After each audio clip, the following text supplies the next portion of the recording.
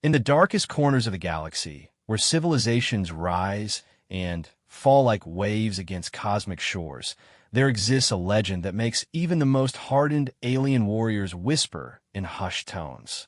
They speak of a creature bound by chains that could shatter planets, stripped of voice, yet whose very presence commands the attention of gods and demons alike. This being, known only as the Reaper, was once human, a species most aliens considered weak, fragile, and utterly unremarkable. But what happens when the most dangerous predator in the universe is finally set free? What happens when silence becomes the most terrifying sound in existence? And what happens when an alien, in a moment of desperate need, calls out the one name that should never be spoken aloud? The galaxy is about to remember why humanity earned its place among the stars, not through diplomacy or technology, but through something far more primal. Something that turns the hunter into the hunted and makes the very fabric of space tremble with anticipation. Some chains are meant to be broken.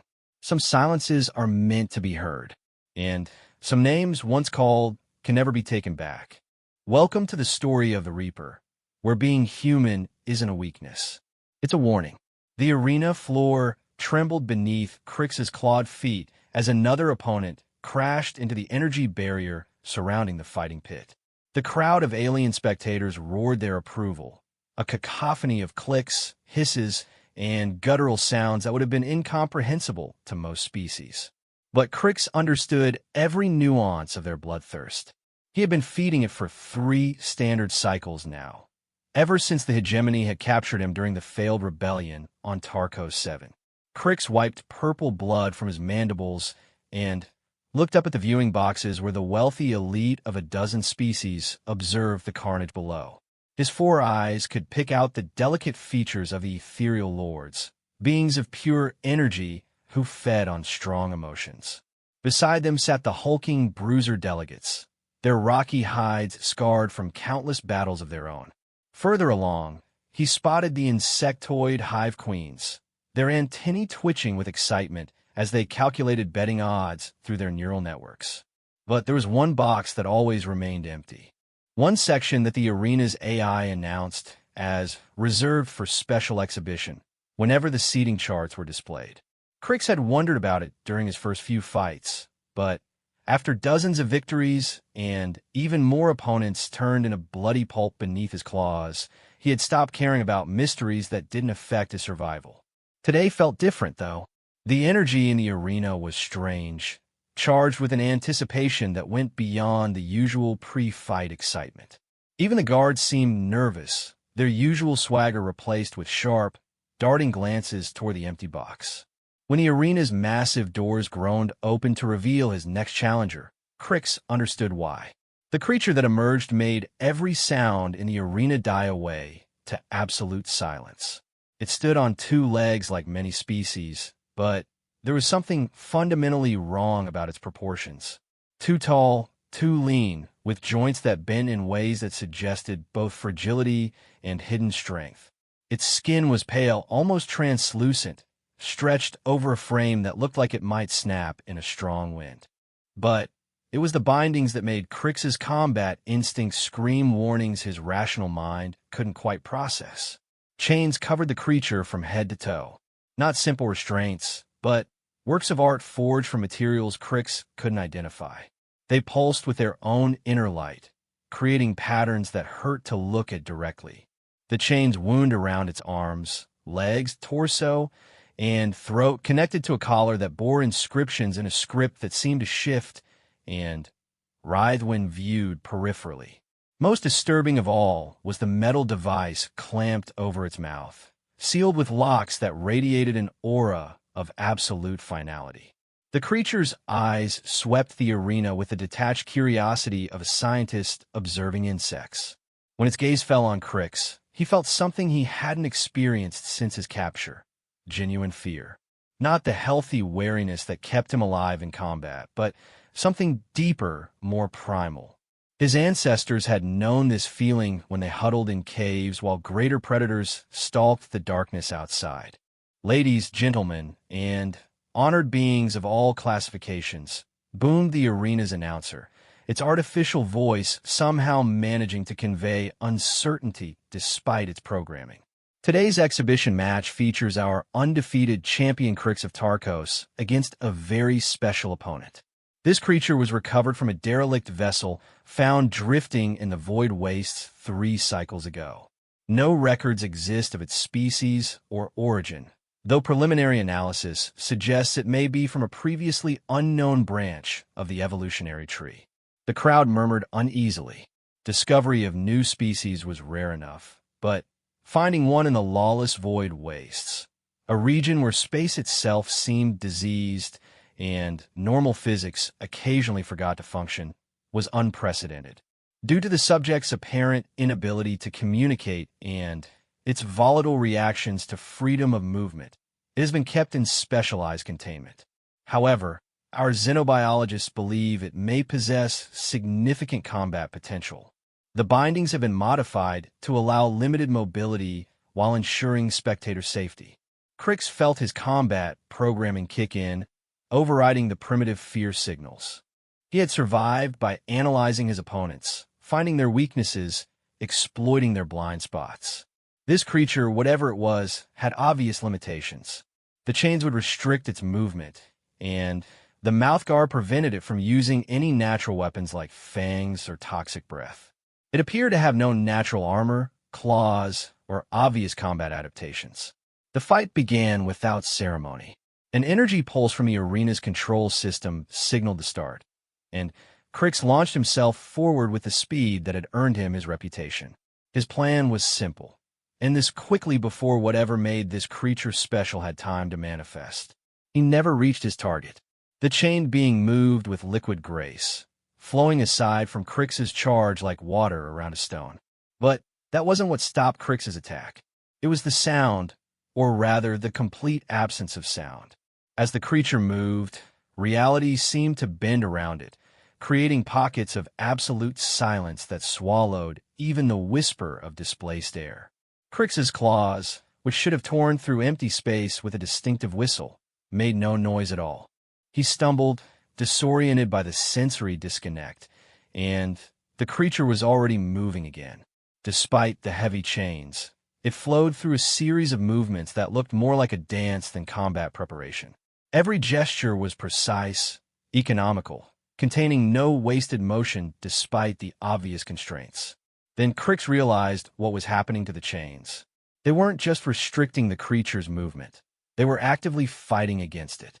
Every time it tried to extend its reach or increase its speed, the chains would tighten, pulling it back, forcing it to work within increasingly narrow parameters. But instead of struggling against the restraints, the being was using them, incorporating the resistance into its movements, turning limitation into lethal efficiency. Crix circled warily, trying to process what he was seeing. In his 3 cycles of arena combat, he had faced opponents with energy projection capabilities, natural camouflage, even limited telepathy. But he had never encountered anything that moved like this creature. It wasn't just the physical grace, though that was undeniable despite the restrictions. It was the intelligence behind every gesture, the way it seemed to be calculating not just Crix's position and momentum, but the exact tensile strength of its own chains, the precise angle of the arena's lighting, even the atmosphere pressure and gravity differential.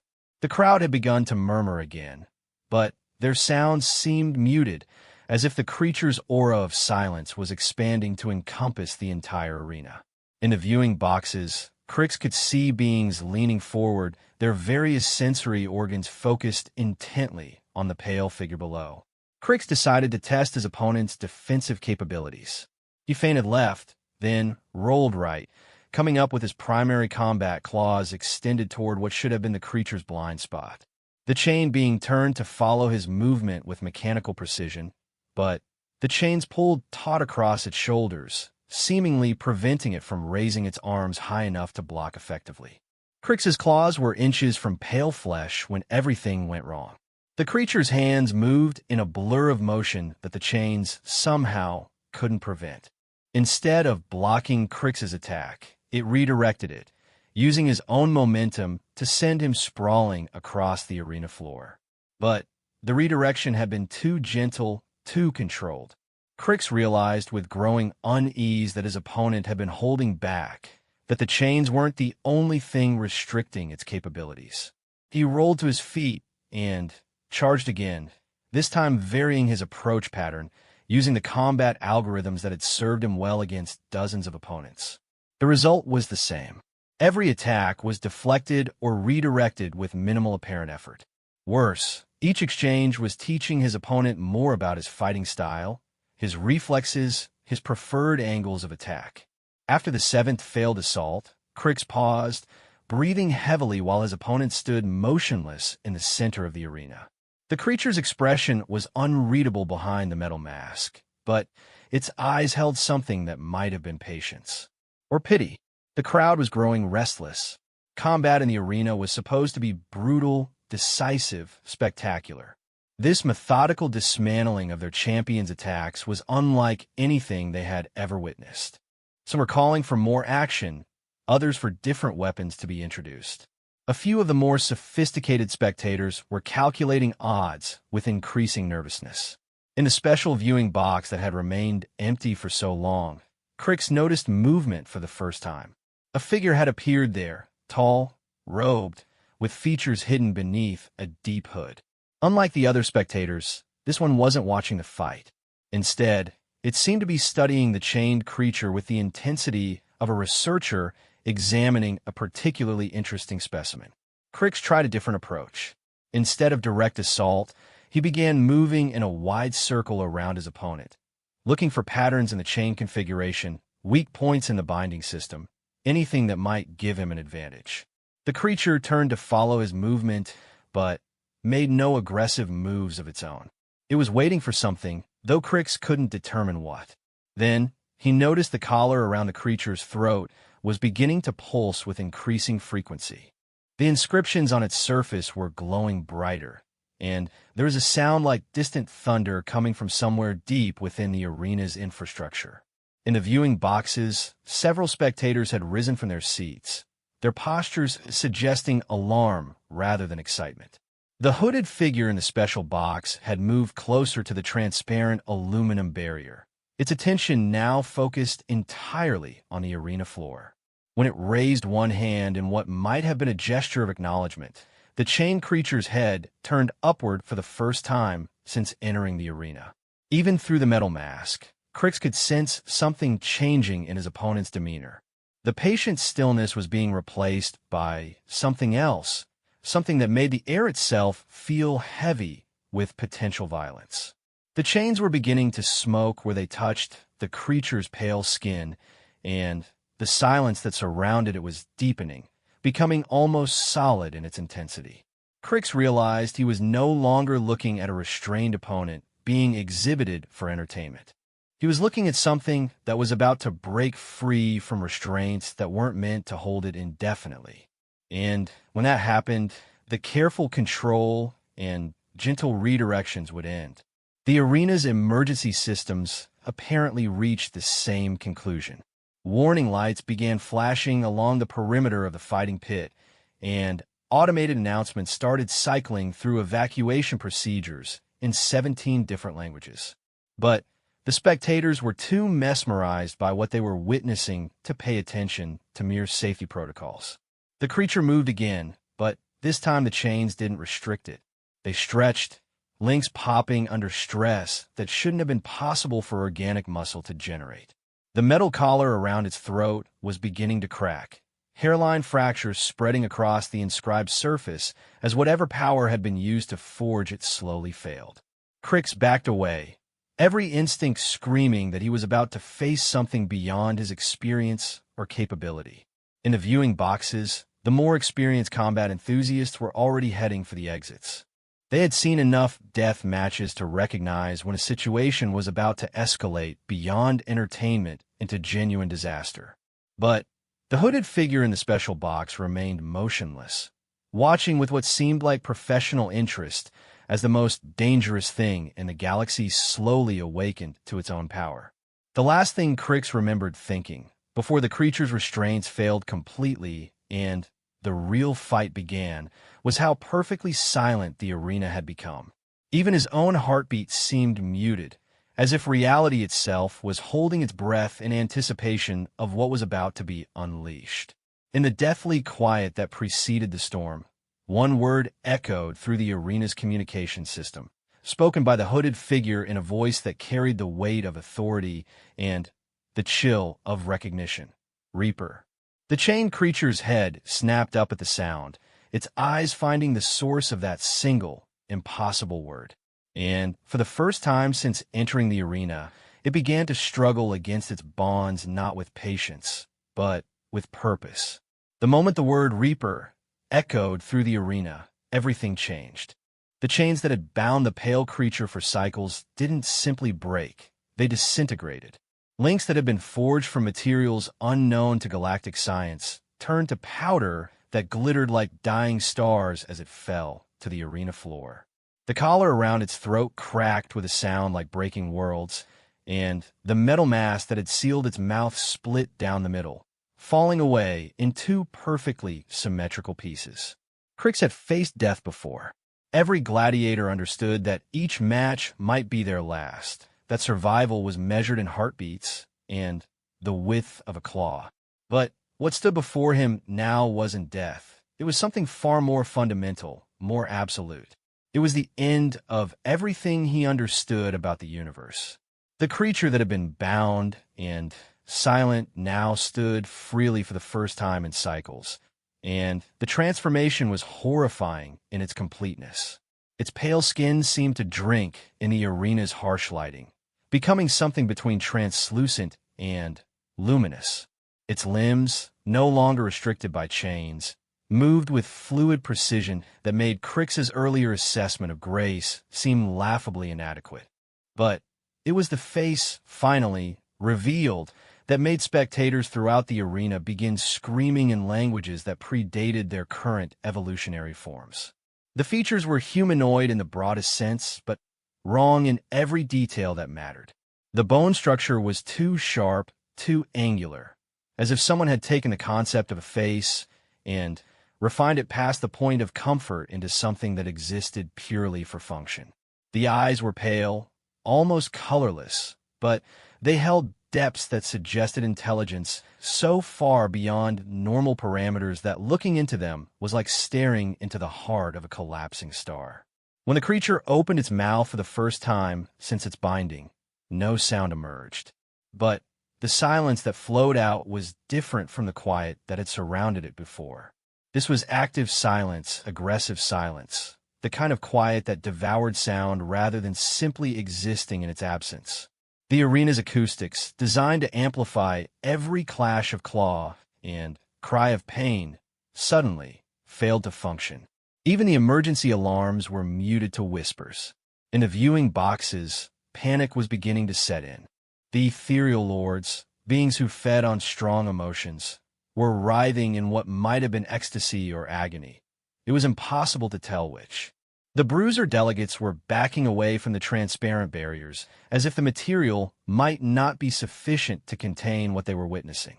Even the hive queens, with their distributed consciousness and calculating nature, were emanating distress pheromones that filled their section with the sharp scent of fear.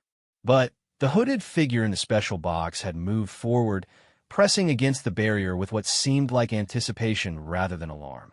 When it spoke again, its voice somehow carried through the aggressive silence that surrounded the newly freed creature. "I know what you are," the figure said, and there was something like relief in its tone. "I know who you were before they found you drifting in that ship, before they bound you and took your voice and tried to make you into something safe." The pale creature turned its attention upward, fixing those terrible, intelligent eyes on the hooded speaker. For a moment, the two beings regarded each other across the space of the arena, and Crix felt like he was witnessing something that transcended mere communication. This was recognition, acknowledgement of shared knowledge that excluded everyone else in the vast complex. "They called you human once," the figure continued, and the word hit the arena like a physical blow. before the war, before the burning of the colonies, before the galaxy learned that some species are too dangerous to be allowed to exist freely. Human. Critics had heard the term before, but only in historical contexts, academic discussions of extinct species, and failed colonies. According to the official records, humans have been a minor spacefaring race that had achieved faster-than-light travel relatively late in galactic history. They had established a few small colonies in unclaimed systems before internal conflicts, and resource limitations had led to their civilization's collapse. The last confirmed human settlement had gone dark over a century ago. The species presumed extinct or reduced to pre-technological levels on some forgotten world. But, looking at the creature that now stood unbound in the arena, critics realized the official records have been carefully edited. This was no failed colonist or primitive survivor.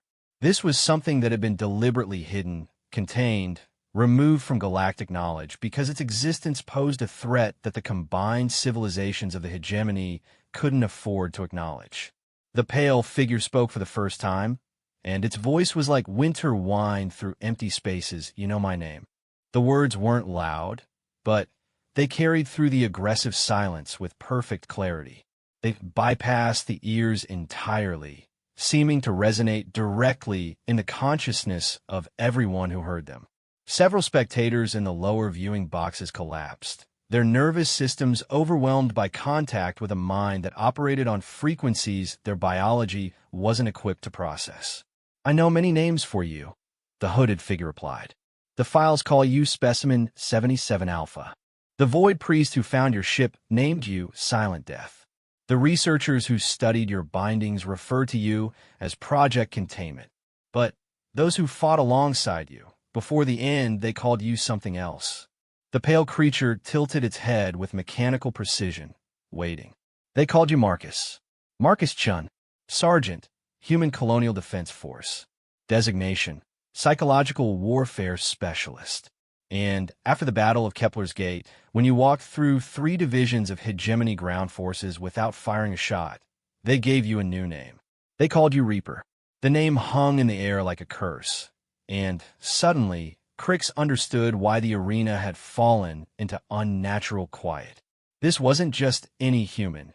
This was one of the legendary human Reapers, the psychological warfare specialists who had turned the tide of battles through fear alone.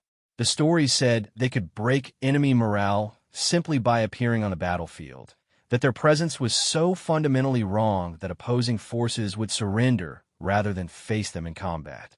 Critics had always assumed those stories were propaganda, exaggerations designed to make humanity seem more threatening than a species of bipedal mammals had any right to be. Now he realized the truth was far worse than the legends. Marcus, the Reaper, smiled, and the expression was somehow more terrifying than any display of fangs or claws critics had ever witnessed. It was a purely human expression, recognizable across species boundaries, but performed with the precision of someone who understood exactly what effect it would have on observers. "Marcus Chun died at Kepler's Gate," he said, his voice still carrying that winter wind quality that made reality seem thin around the edges. What survived was something else. Something the hegemony couldn't kill, couldn't contain, couldn't understand. So they did what they always do with problems that don't have simple solutions. They locked it away and pretended it didn't exist. The arena's defensive systems finally responded to the escalating situation. Energy barriers designed to contain the most violent combat scenarios snapped to life around the fighting pit, creating layers of protection between the arena floor and the spectators. Automated weapons systems emerged from hidden panels in the walls, targeting arrays locking onto the pale figure who had spoken a name that wasn't supposed to exist. Marcus looked up at the weapons with the mild interest of someone examining a curious but ultimately harmless insect. When he moved, the motion was too quick for Crix's enhanced reflexes to follow. One moment he was standing in the center of the arena. The next, he was pressed against the energy barrier directly below the special viewing box where the hooded figure waited. The barrier sparked and flickered at his touch, energy patterns that should have been stable dissolving into chaotic spirals of light. The material wasn't failing. It was being convinced to fail, reality itself bending around the simple fact of his presence. "You came here looking for me," Marcus said, and though he spoke quietly, his words carried to every corner of the arena. "The question is why? The human colonial defense force has been extinct for over a century. The war is over. The colonies are ash. What could you possibly want with a Last Reaper?" The hooded figure reached up and pulled back its covering, revealing features that made several spectators gasp in recognition. It was Valen Thorn, one of the most notorious information brokers in the galaxy, a being who traded in secrets that governments would kill to suppress. But there was something different about his expression, something that suggested this wasn't just another business transaction. "Because the war isn't over," Thorn said, his voice carrying clearly through the failing barrier. "It never ended. It just moved underground, became something else.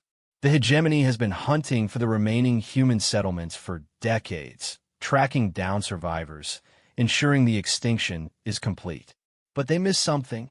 They missed the children." Marcus went very still, and the temperature in the arena seemed to drop several degrees. "The children are dead. I watched the orbital bombardment myself. Kepler's Gate was the last human world. The last official human world," Thorn corrected. "But there were others. Secret colonies, hidden settlements, research stations and systems so remote they don't appear on any star chart. Some of them survived the initial purge. Some of them are still out there, still fighting a war the galaxy thinks ended generations ago." The energy barrier finally failed completely, dissolving into sparks that fell like metallic snow. Marcus stepped through the empty space where it had been, moving with the fluid precision that marked him as something beyond normal physical laws. Around the arena, spectators were fleeing in earnest now, their entertainment having transformed into something that threatened their most fundamental assumptions about the nature of reality. But Crix remained frozen in place, not from courage, but from the simple understanding that running would be pointless. Whatever this creature was, human, Reaper, psychological warfare specialist, it had already demonstrated that normal concepts like distance and barriers meant nothing to it. If it decided he was a threat, no amount of speed or cunning would save him. "Show me," Marcus said, and there was something in his voice that hadn't been there before, a quality that might have been hope, if hope could be weaponized and turned into something sharp enough to cut reality. "Show me proof that any of them survived."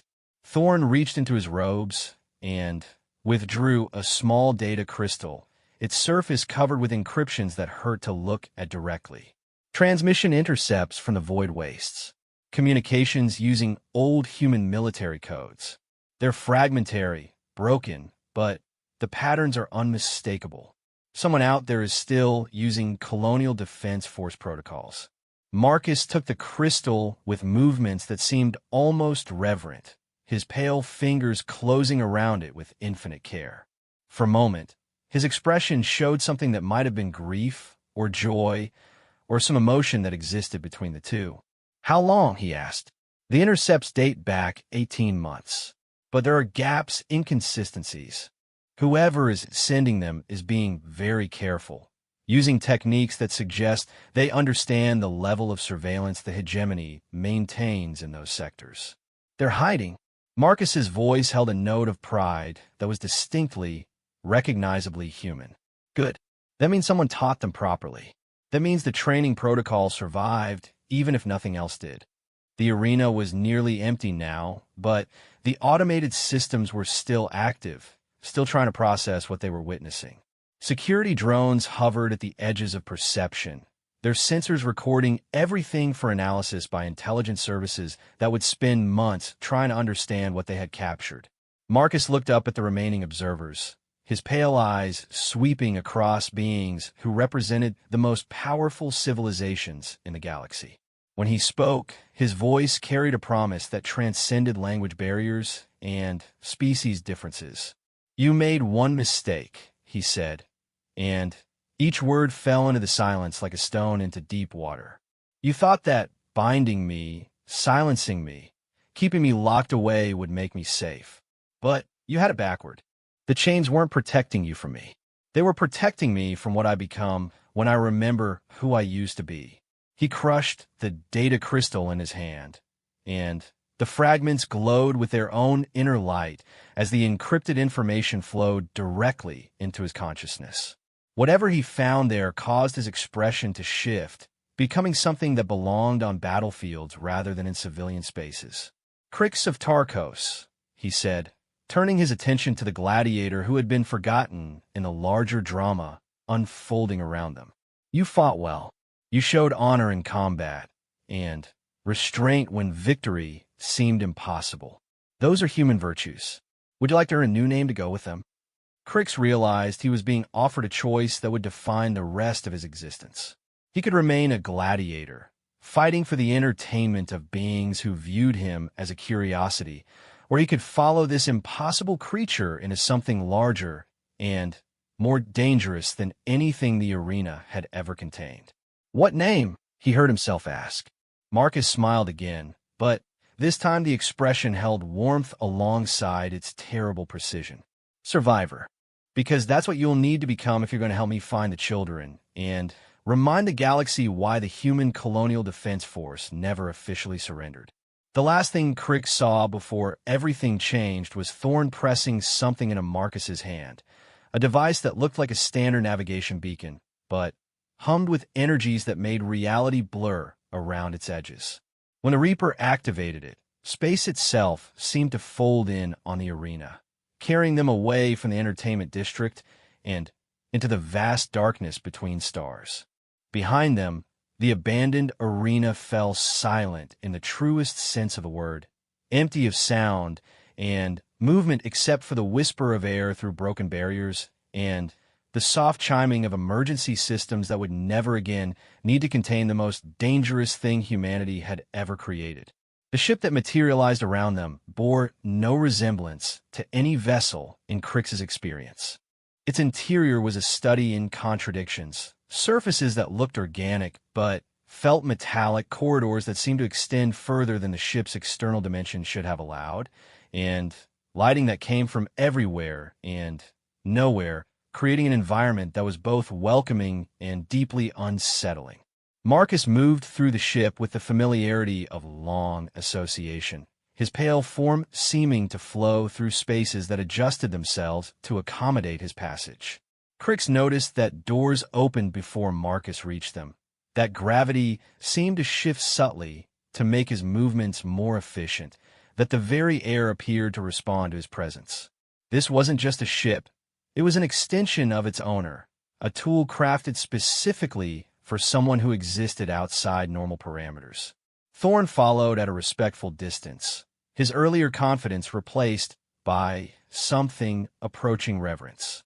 He had dealt with dangerous individuals before. Information brokers didn't survive long in his profession without learning to read threats accurately. But this was different. Marcus wasn't just dangerous.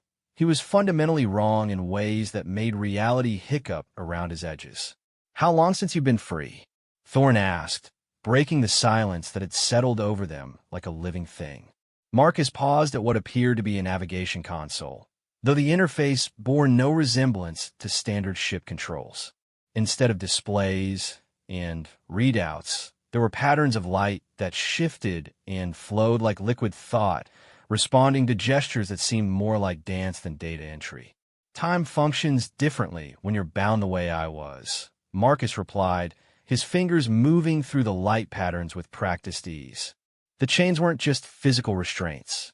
They were temporal locks designed to slow my perception, make each moment stretch into eternity. From my perspective, I was contained for approximately 400 subjective years. From yours, it was closer to 3 cycles. Crix felt his understanding of the universe shift slightly. Temporal manipulation technology existed, but it was restricted to the highest levels of hegemony research, used only for the most critical experiments. The fact that it had been deployed to contain a single individual spoke to a level of fear that went beyond ordinary security concerns. "The ship responds to you like it's alive," Crix observed, watching panels reconfigure themselves as Marcus worked. Because it is, in a sense, Marcus said without looking up from his task. Human psychological warfare doctrine required tools that could adapt to rapidly changing battlefield conditions. Standard technology was too rigid, too predictable. So we developed something else, ships that could learn, weapons that could evolve, systems that could think. The hegemony called them abominations. We called them necessary. The navigation display shifted, showing a three-dimensional map of local space that included details Crix was certain weren't available to civilian sensors. Stellar positions, gravitational anomalies, hidden asteroid fields, even the patrol routes of hegemony security forces, all of it rendered in perfect detail despite being light years from their current position.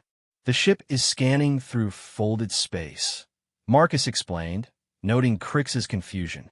It can perceive things that haven't happened yet, map territories it's never visited, predict enemy movements before the enemy has decided to move. Human technology, when properly developed, doesn't follow the same rules that govern the rest of galactic civilization.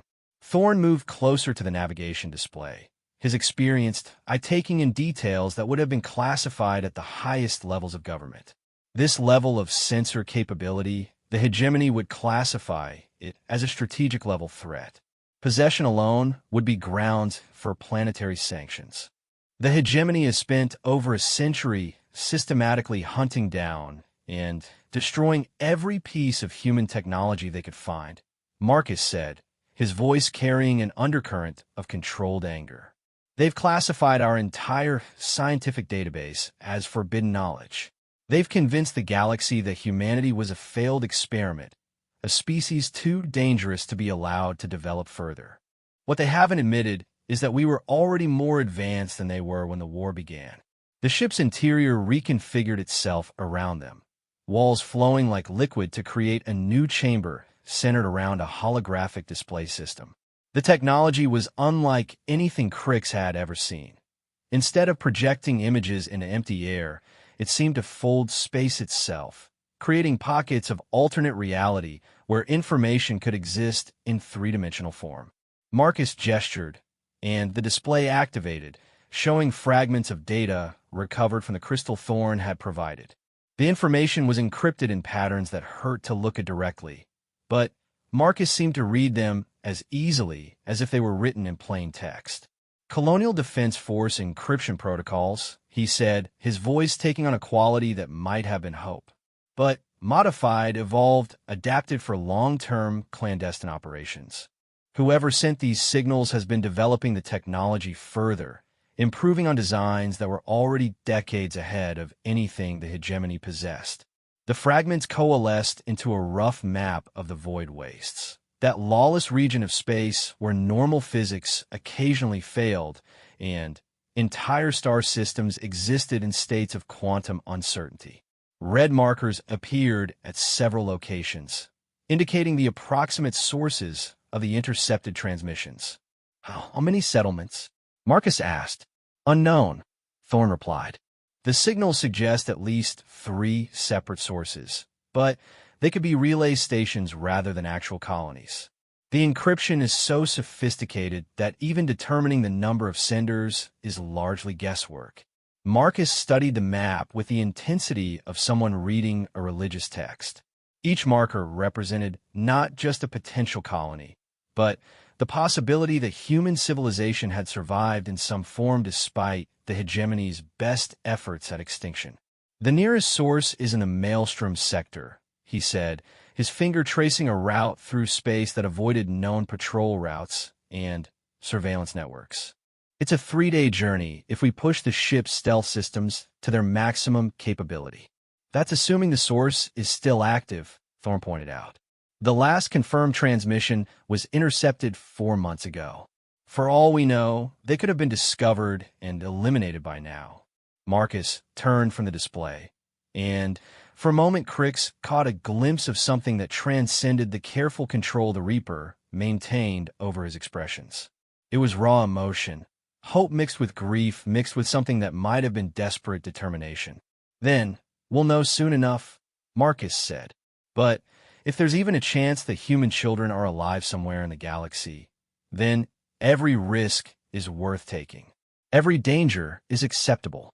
Every sacrifice is justified. The ship began to move, its passage through space marked not by the vibration and energy signatures that characterized normal faster-than-light travel, but by a kind of selective reality failure that folded distance without technically crossing it. They weren't moving through space so much as convincing space to rearrange itself around them. "Tell me about the war," Crick said as they settled into the journey. "The real war, not the sanitized version they teach in hegemony schools." Marcus was quiet for a long moment, his pale eyes fixed on something beyond the ship's hull. When he spoke, his voice carried the weight of memory and the chill of absolute truth. The war began because humanity made two critical mistakes. First, we developed technology faster than the hegemony was comfortable with. Second, we refused to share that technology when they demanded it. What followed was presented to the galaxy as a police action, the civilized races moving to contain a dangerous upstart species before it could threaten galactic stability.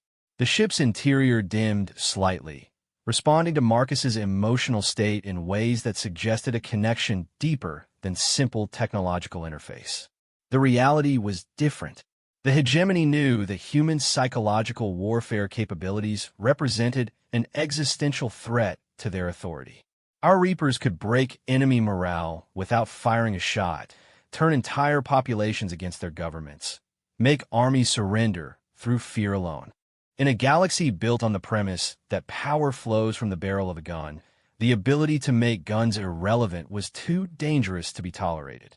Images began appearing in the air around them, not holographic projections, but memories somehow made visible through technology that existed at the intersection of consciousness and reality. Crick saw human soldiers moving through alien battlefields with impossible grace, their very presence causing enemy formations to dissolve in panic. He saw ships that defied conventional physics, weapons that targeted fear instead of flesh, defensive systems that turned attackers' aggression against them. "We were winning," Marcus continued, his voice distant with remembrance. "Not through superior firepower or tactical brilliance, but because we had learned to fight wars on psychological rather than physical battlefields. We could turn entire sectors against the hegemony without destroying a single planet, could cause governments to collapse through carefully orchestrated campaigns of doubt and fear." The memories shifted, showing the darker side of the conflict. Orbital bombardments that reduced human worlds to glass. Mass executions of captured colonial personnel. Systematic destruction of human technology and cultural artifacts. The deliberate targeting of civilian populations to break the species' will to resist. "So they changed the rules," Marcus said. "Instead of fighting a war they couldn't win, they declared genocide. They convinced the galaxy that humanity was a virus, a plague that needed to be eliminated for the safety of all sentient life. And when reasonable beings objected to the systematic extermination of an entire species, they presented evidence of our capabilities and asked a simple question: do you want them to do to you what they did to us?" The images faded, leaving only the soft lighting of the ship's interior and the quiet hum of systems that existed partially outside normal space-time. Crix found himself struggling to process what he had witnessed, not just the scope of the conflict, but the implications for everything he thought he knew about galactic history. "The last human world fell at the Battle of Kepler's Gate," Marcus said. "I was there. I watched the defense platforms fail, saw the evacuation ships destroyed as they tried to escape. I held position until the very end, using psychological warfare techniques to slow the enemy advance, buying time for the civilian transports. When the orbital bombardment began, I was the only human left alive on the planet." He turned to look directly at Crix, and the gladiator saw something in those pale eyes that he recognized despite never having experienced it himself: survivor's guilt, the weight of being the last of your kind. "The explosion should have killed me," Marcus continued. "The radiation should have destroyed every cell in my body. Instead, it did something else. It changed me, made me into something that couldn't die in any conventional sense. The hegemony forces found me 3 days later, still alive in the ruins of the command center, and realized they had captured something unprecedented, a human reaper who had been exposed to energies that would have destroyed any normal life form. So they decided to study you, Thorne said quietly, to understand what made you so dangerous.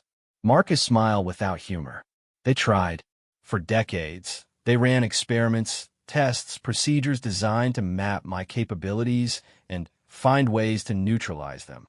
What they discovered was that psychological warfare isn't just a technique. It's a fundamental alteration of consciousness itself. I don't just use fear as a weapon. I am fear made manifest. I don't simply project silence. I exist in the spaces between sounds. They couldn't study me without being changed by the process, couldn't understand me without losing pieces of themselves. The ship's sensors chimed softly, indicating they were approaching the edge of the Maelstrom sector. Through the observation ports, Crix could see the characteristic distortions that marked regions where space-time had been damaged by unknown forces.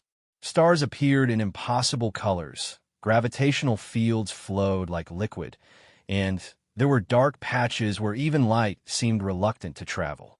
"Whatever's out there," Marcus said, his attention turning to the navigational displays, "we'll know soon enough. But remember, if we find humans, if we find children who have survived a century of attempted genocide, then everything changes. The war doesn't end with revenge or justice or even victory. It ends with hope. And hope, as the hegemony learned too late, is the most dangerous weapon humanity ever developed." As they entered the Maelstrom sector and began their search for signals that might or might not still exist, Crix found himself wondering what kind of beings could have survived for generations in one of the most hostile regions of known space, maintaining technology and culture while hiding from the combined civilizations of the galaxy. He was about to find out. The settlement appeared on their sensors like a ghost materializing from the quantum foam of damaged space-time. It wasn't built on a planet or asteroid. Instead, it existed in the spaces between reality, anchored to nothing but its own collective will to survive. The structure defied conventional physics, with sections that existed in folded dimensions and others that phased in and out of normal space according to patterns that suggested both defensive necessity and technological mastery beyond anything the hegemony had achieved. "It's beautiful," Crix whispered, watching the impossible architecture flow through configurations that shouldn't have been stable. "It's like they've learned to live inside the laws of physics instead of being bound by them." Marcus studied the sensor readings with an expression that cycled through disbelief, hope, and something approaching reverence. The settlement bore all the hallmarks of human technology, but evolved, refined, pushed beyond the limitations that had existed during the war. This wasn't just survival. This was advancement continued in secret, development that had progressed for over a century without outside interference. "They've been busy," he said, his voice carrying a note of pride that was distinctly paternal. "Look at the energy signatures, the spatial distortions. They've not only maintained the old technology, they've improved on it. This settlement exists partially outside normal time flow. From the outside, it would be nearly impossible to detect unless you knew exactly what to look for." Thorne was running passive scans through his own equipment, comparing the readings to intelligence databases that represented decades of accumulated secrets. "I'm not finding matches for any known settlement patterns. Whatever this is, it's not in any hegemony files. They've managed to remain completely hidden from official notice. The ship's communication systems activated without input from any of them, responding to signals from the settlement that used frequencies and modulation patterns that predated the fall of the human colonial defense force." A voice emerged from the quantum static. Young, cautious, but unmistakably human. "Unknown vessel. You are approaching a restricted area. Identify yourself and state your intentions or alter course immediately. This is your only warning." Marcus moved to the communication panel with movements that seemed almost reverent. When he spoke, his voice carried authority that transcended military rank or official position. This was the voice of someone who had earned the right to command through sacrifice and survival. This is Marcus Chun, Sergeant, Human Colonial Defense Force, Psychological Warfare Division. I carry proper identification codes and am requesting permission to approach. I have information regarding other potential human settlements and need to speak with your leadership immediately. The silence that followed was profound, heavy with implications that stretched across generations. When the voice returned, it carried a different quality, younger, more uncertain, as if the speaker was suddenly confronting the gap between historical records and living reality. Stand by for verification. Maintain position and prepare for escort approach. Any deviation from a signed flight path will be considered hostile action. 3 ships materialized from the quantum distortion surrounding the settlement, and their design made Crix's breath catch in his throat. They were clearly human in origin, but had been developed along lines that deviated radically from any known technological progression. The whole seemed to shift and flow like living tissue, their surfaces covered with patterns that suggested both organic growth and deliberate engineering. They moved through space with fluid grace that reminded him uncomfortable of Marcus himself. Too precise, too efficient, too perfectly adapted to their environment. Experimental designs, Marcus murmured, studying the escort vessels with professional interest. They've been working with biotechnological integration, probably trying to create ships that can think and adapt independently. It's a logical development for a population that needs to remain hidden. Conventional technology can be detected and tracked, but bioships would be nearly impossible to distinguish from natural phenomena. The escort formation guided them through approach corridors that existed more as suggestions than actual paths, threading between spatial distortions that would have torn apart conventional vessels. As they drew closer to the settlement, Crix began to appreciate the true scope of what they were witnessing. This wasn't just a hidden colony, it was an entire civilization that had been growing in secret, developing technology and culture without outside interference. The docking bay that opened to receive them was a marvel of engineering that seemed to exist in multiple dimensions simultaneously. As their ships settled into the allocated space, Crix noticed that the bay reconfigured itself around their vessel, creating perfect environmental seals without any apparent mechanical interfaces. Quantum adaptive architecture, Marcus explained, noting his fascination. The structure reads the requirements of incoming vessels and adjusts itself accordingly.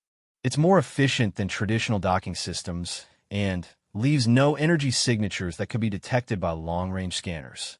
They were met by a reception committee that demonstrated the full scope of what human civilization had become during its century of hidden development.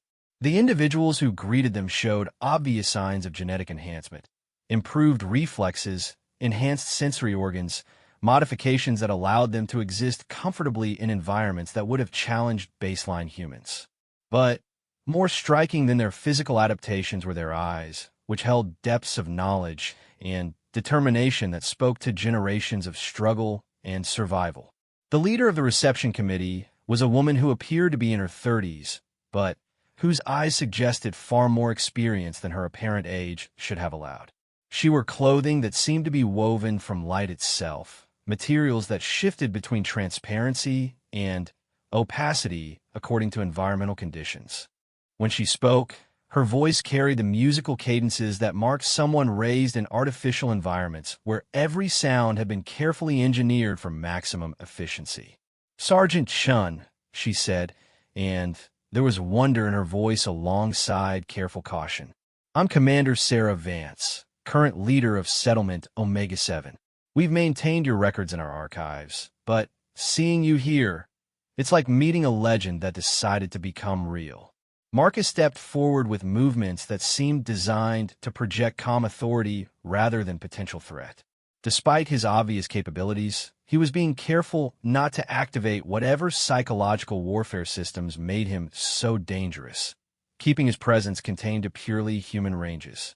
"Commander Vance," he replied, offering a military salute that belonged to an organization that had been officially extinct for over a century. "I'm impressed by what you've accomplished here. The settlement, the technology, the simple fact that you've remained hidden for so long. It's beyond anything we hoped for during the war." Sarah returned the salute with precision that suggested military traditions had been carefully maintained despite generations of isolation. "We've had good teachers." The original settlers included several Colonial Defense Force veterans who made sure certain knowledge was preserved. "Your psychological warfare protocols, in particular, have been essential to our survival."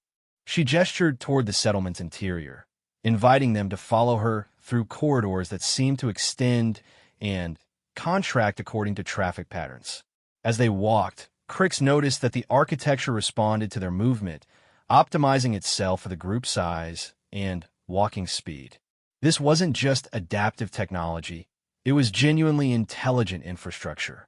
How many settlements?" Marcus asked, his voice careful neutral. "How many survivors?" Sarah's expression showed the weight of secrets that had been carried for generations. 14 confirmed locations. Maybe others that have chosen complete isolation over communication networks. "We estimate a total population somewhere between 50 and 70,000, spread across systems that don't appear on any hegemony charts." The numbers hit Marcus with visible impact. 70,000 humans, when the galaxy believed the species to be extinct. Children who had never seen their original homeworld, adults who had spent their entire lives in hiding, generations who had grown up with the knowledge that their very existence was considered a threat to galactic security. They entered what appeared to be a command center, though the technology bore little resemblance to military installations from the war era. Instead of rigid control stations and tactical displays, the room contained flowing interfaces that seemed to exist partially in normal space and partially in dimensions that human consciousness could access directly.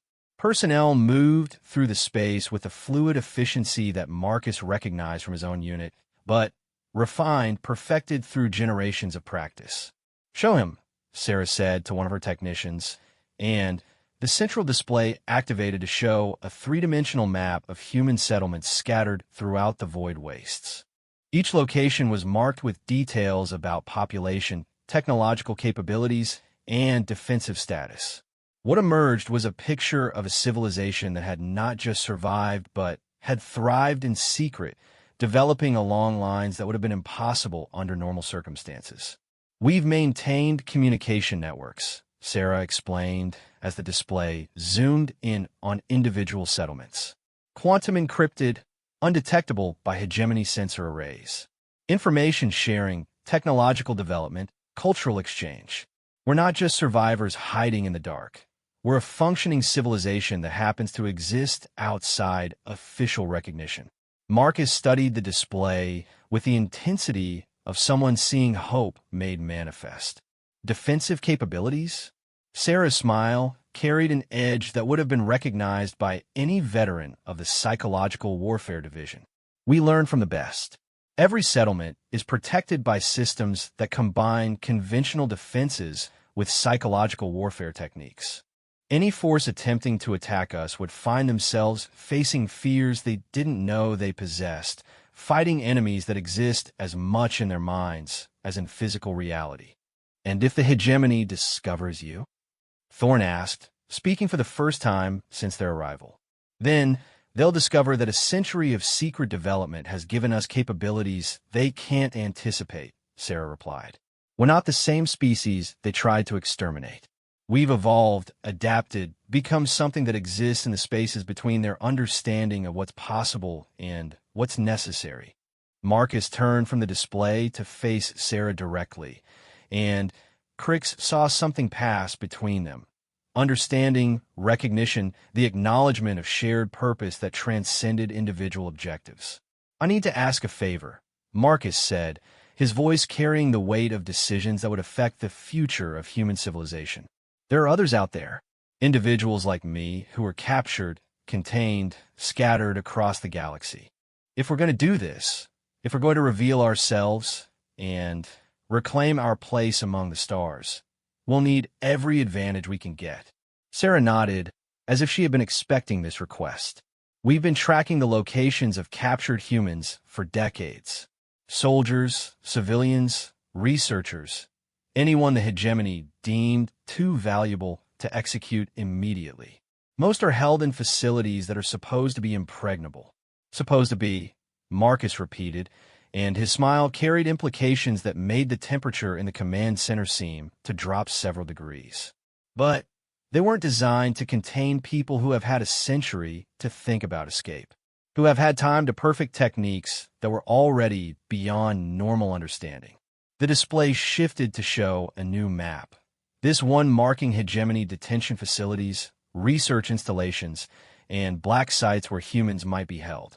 The scope was staggering, suggesting a systematic effort to capture and study human capabilities that had continued long after the official end of hostilities.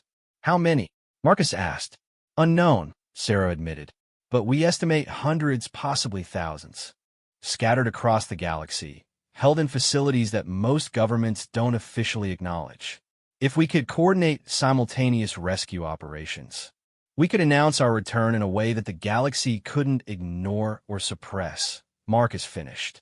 Not as refugees or survivors, but as a force that never truly surrendered.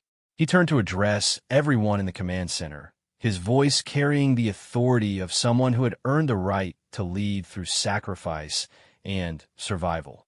The time for hiding is ending. The galaxy is about to remember what it means to be human. And when that happens, when they realize that their attempt at genocide not only failed but created something far more dangerous than what they tried to destroy, then the real war begins. In the quantum adaptive walls around them, energy patterns began to shift in response to the collective emotional state of the assembled humans. The settlement itself seemed to be awakening to the possibility that a century of secret preparation was about to bear fruit. The last phase of human survival was ending. The first phase of human resurgence was about to begin. 6 months after the discovery of Settlement Omega-7, the galaxy learned that some ghosts refused to stay dead. The liberation began simultaneously across 47 star systems, executed with precision that demonstrated a level of coordination the hegemony had deemed impossible. At research facilities, detention centers, and black sites scattered throughout civilized space, beings that had been classified as extinct began systematically dismantling the infrastructure of their own imprisonment. Marcus stood on the bridge of the vessel that had once been his prison ship, now converted into something the original designers never could have imagined. The transformation hadn't required significant modifications to the hull or propulsion systems. Instead, the changes had been made to reality itself, convincing the ship that it was something other than what its blueprints insisted it should be. Status report, he said, his voice carrying clearly through the quantum communication network that connected all liberated human forces. Facility Gamma 9 secured, came the first response, transmitted from a research installation in the Helix Nebula. 17 researchers recovered, including Dr. Elizabeth Torres. The guards never realized they were under attack until their weapons started refusing to function. Installation Black 7 neutralized, reported another voice from across the galaxy. The detention blocks have been evacuated. No hegemony casualties. They've been convinced that the facility never existed in the first place. The paperwork is already being filed to have it officially removed from all records. Marcus smiled, and the expression would have been terrifying if anyone hostile had been present to witness it. This was psychological warfare on a scale that the original Colonial Defense Force could never have achieved. Not the destruction of enemy forces, but the systematic erasure of their ability to comprehend what was happening to them. Beside him, Crix watched the tactical displays with a mixture of admiration and unease. The gladiator had adapted to his new role as liaison between human forces and the few non-human allies they had managed to recruit, but he still struggled to understand warfare that targeted perception rather than physical reality. How many facilities remain? Crix asked. According to our intelligence networks, 38 major installations and approximately 200 smaller detention sites, Marcus replied. But the numbers are decreasing rapidly. Each liberation operation provides us with new information about hegemony containment protocols, which we're using to refine our approach for the remaining targets. The communication network carried reports from across known space, each one documenting the systematic dismantling of the infrastructure that had been used to study and contain human survivors. But what made the operations truly extraordinary wasn't their scope, it was their methodology. The humans weren't simply breaking their people out of prison. They were convincing the galaxy that those prisons had never existed in the first place. Bridge, we're receiving a priority transmission from Settlement Command, announced the ship's communication officer, a young woman whose genetic modifications allowed her to interface directly with quantum communication arrays. Commander Vance needs to speak with you immediately. Sarah's image materialized in the center of the bridge, projected through technology that made her appear solid and present despite being thousands of light years away. The settlement leader's expression carried a mixture of excitement and concern that suggested significant developments. Marcus, we've detected massive mobilization across multiple hegemony fleets, she reported without preamble. They're finally beginning to understand that something systematic is happening to their detention facilities. Intelligence indicates they're preparing for what they're calling Operation Clean Slate, a comprehensive response to what they classify as an unknown threat to galactic security. Marcus considered this information with the calm detachment that had made him one of the most effective psychological warfare specialists in human history. The hegemony's response was both predictable and inevitable. Faced with an enemy they couldn't understand, they would resort to the tactics that had served them during the original war against humanity. Force projections? He asked. Significant, Sarah admitted. They're mobilizing assets from across the galaxy, including ships and technologies that haven't been deployed since the final battles at Kepler's Gate. They appear to be preparing for the possibility that humanity has returned as a unified threat. Good, Marcus said, and his tone carried implications that made even the ship's advanced AI systems hesitate in their calculations. Then, it's time for them to discover exactly how correct that assessment is.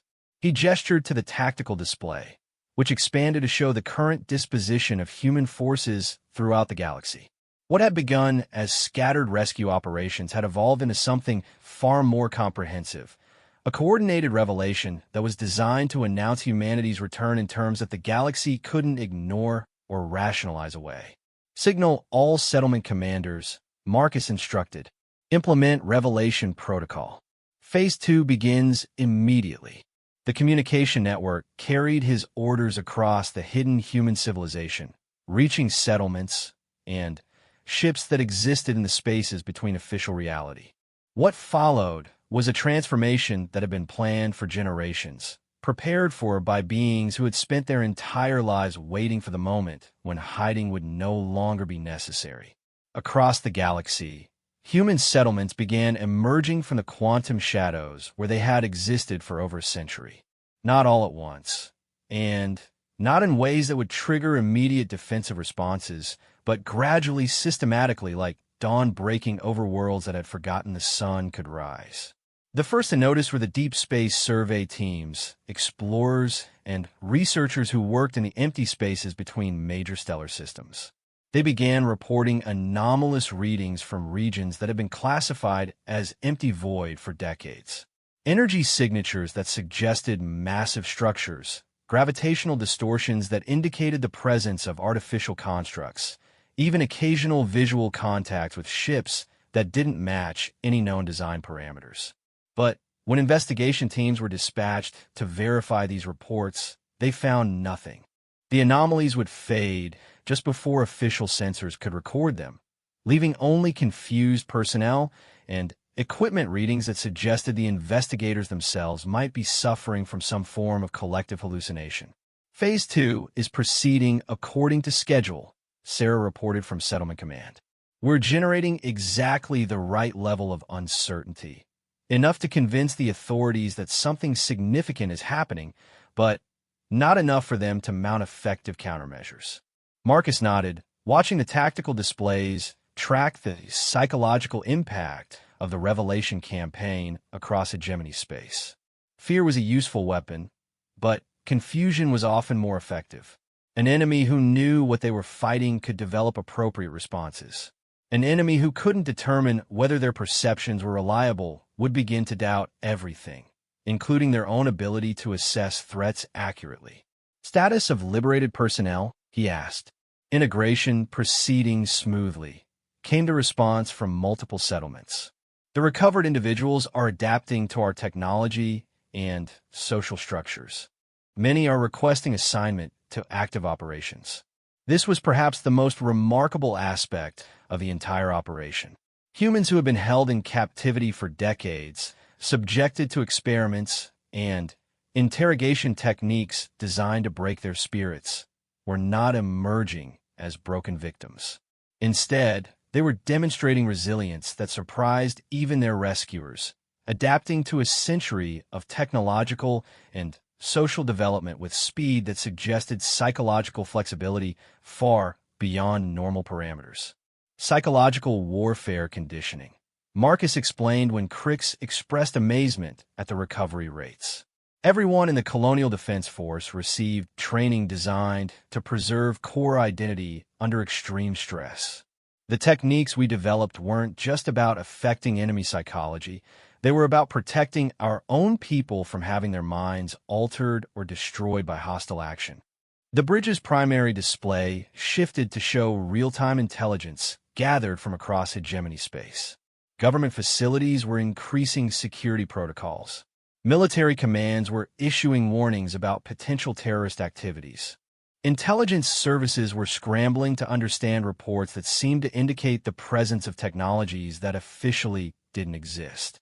But most telling were the psychological profiles being generated by hegemony analysts. They were beginning to recognize patterns in the confusion, similarities between seemingly unrelated incidents that suggested coordinated action by an unknown force. And those patterns were triggering institutional memories that reached back to the original war against humanity. They're starting to remember, Marcus observed, watching psychological assessment reports scroll past on his displays. Deep in their institutional consciousness, they're beginning to recall what it felt like to fight an enemy that could attack their perceptions directly. Will they recognize the connection? Crix asked. Some will, Marcus acknowledged. The older intelligence services, the ones that maintain historical records from the war. But recognition and understanding are different things. They remember that humans were dangerous, but they've spent a century convincing themselves that the danger was eliminated. Accepting that we not only survived, but became more dangerous will require them to abandon fundamental assumptions about the nature of reality. A new signal appeared on the communication network, this one originating from the outer edges of hegemony space, where the boundary between civilized systems and the void waste created opportunities for the kind of dramatic revelation that Marcus had been planning since his liberation from the arena.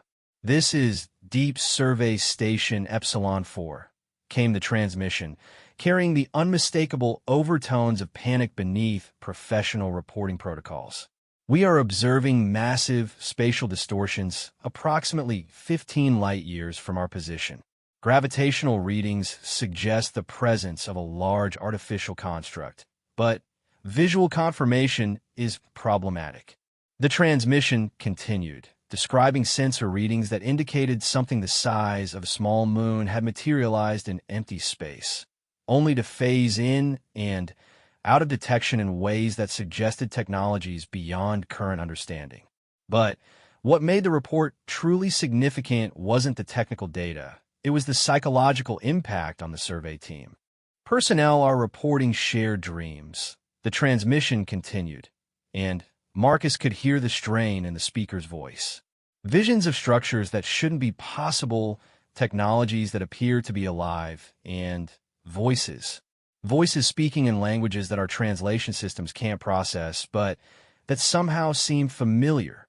Marcus closed his eyes, and for a moment his expression showed something that might have been satisfaction or anticipation, or the kind of quiet joy that comes from seeing carefully laid plans begin to bear fruit.